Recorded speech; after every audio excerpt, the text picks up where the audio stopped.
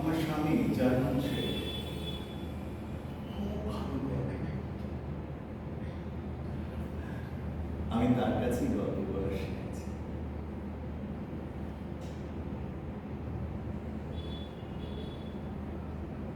আমি এখন ওই ওই গ্রামের একেবারে শেষ প্রান্তে একটা ছোট্ট ঘরে থাকি। আমার ছেলে মেয়েরা আমাকে তাড়িয়ে দিয়েছে। আমি আমার স্বামীর কাছে গল্প বলে শিখেছি।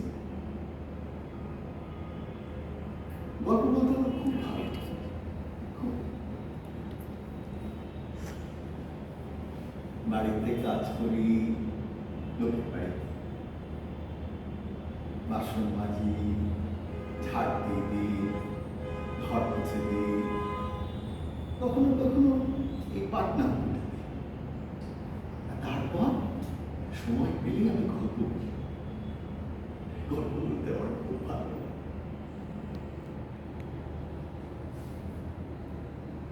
পাড়ার মেয়েরা সবাই আসে আমার গল্প শুনতে। রকমের গল্প তাদের শোনাই আমি।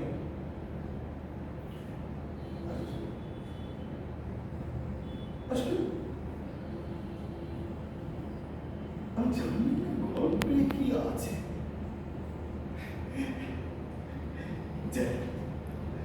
আমার কথা তো অনেক বললাম।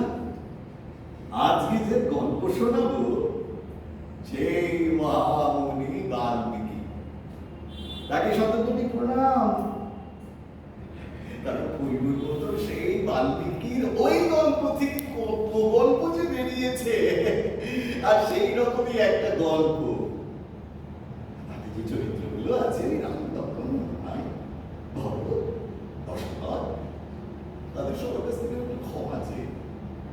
কারণ আমার গল্প না কিরকম কোথায় যে চলে যায় বলতে বলতে বড্ড ভয় হয়।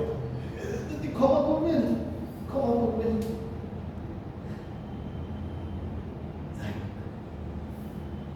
গল্প শুরু করা যায়। মনটাকে শান্ত করে, কানটাকে একেবারে খাড়া করে শুনতে হবে কিন্তু।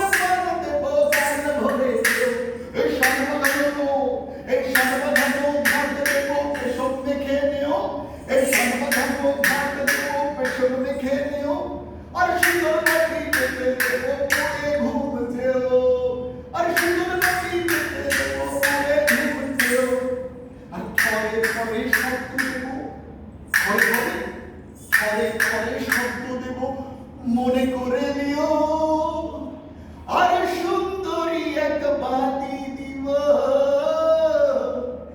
গল্প শুনে যেও।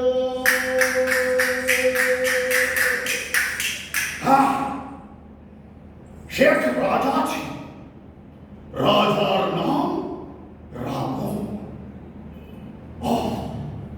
আর সেই রাজা ভাগ্যে ছিল জামতার হাতি মন্ত্রী। জামতার